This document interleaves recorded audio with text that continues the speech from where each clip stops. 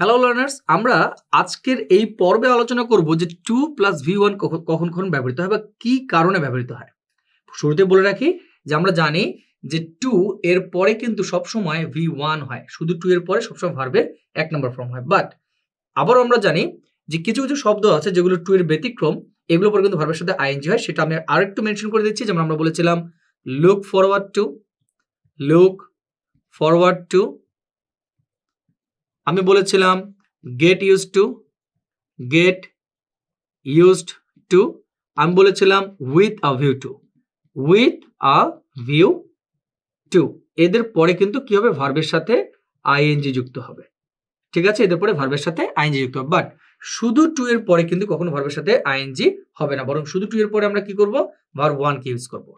এখন এখানে যে ব্যাপারটা আমরা জানবো সেটা হলো যে যদি টু দ্বারা কোনো উদ্দেশ্য বোঝায়, আবার বলছি যদি টু দ্বারা কোনো উদ্দেশ্য বোঝায়, তাহলে কিন্তু সেখানে আমরা অবশ্যই ইউজ করবো to plus V one. To দ্বারা উদ্দেশ্য বোঝালে আমরা অবশ্যই ইউজ করবো কি to plus V one.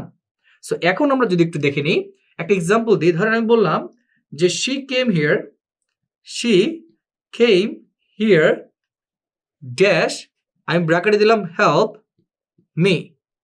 Me out. মানে সে আমাকে একটা বিপদ থেকে বের করে নিয়ে আসার জন্য এখানে এসেছে। দ্যাট মিনস সে কোন একটা উদ্দেশ্য নিয়ে কিন্তু এখানে এসেছিল। আবার বলছি she came here dash help me out. সে আমাকে একটা বিপদ থেকে বাঁচানোর জন্য সে এখানে কি করেছিল, এসেছিল। তার মানে আমরা এখানে বলতে পারি to help, to help.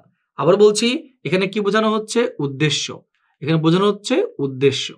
Alright, so আমরা আরেকটা এক্সাম্পল দেখি। আমি যদি এভাবে বলি, যেমন বললাম cultural programs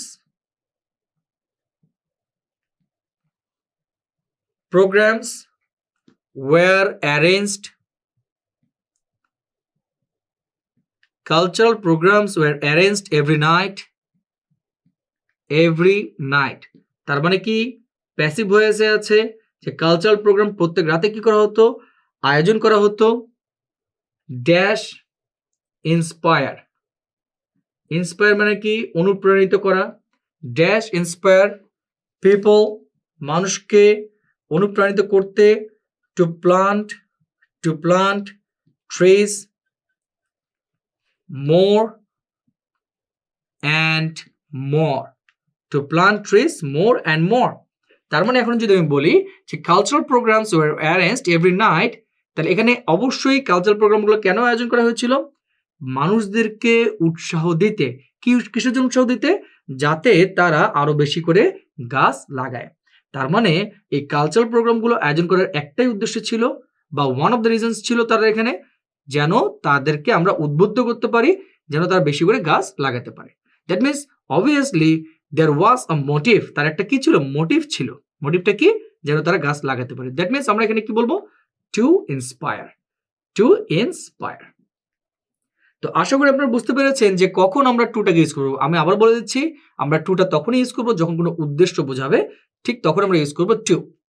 আদারওয়াইজ আমরা কি ইউজ করবো, ভার্বের সাথে আইএনজি ইউজ করবো। সো ডিয়ার ভিউয়ার্স, এই ছিল আমাদের অ্যাকশন ভার্ব সম্পর্কে একটা দুর্দান্ত আলোচনা। আমি সর্বাত্মক চেষ্টা করেছি আপনাদেরকে এ টু জেড যে ইউজগুলো হয় বা যে ইউজগুলো আমরা এক্সামে পাই সেগুলোকে ধরে ধরে শেখানোর। এরপরে আমরা যেটা করব, আমরা বিভিন্ন বোর্ড কোশ্চেন যখন সলভ করব তখন কিন্তু আমি আপনাদের একদম প্র্যাকটিক্যালি দেখিয়ে দেবো যে এই কারণে এখানে এটা হয়েছে, এই কারণে এখানে ওটা হয়েছে। সো তত মধ্যে সবাই সুস্থ থাকবেন, ভালো থাকবেন এবং সাথেই থাকবেন। ধন্যবাদ সবাইকে।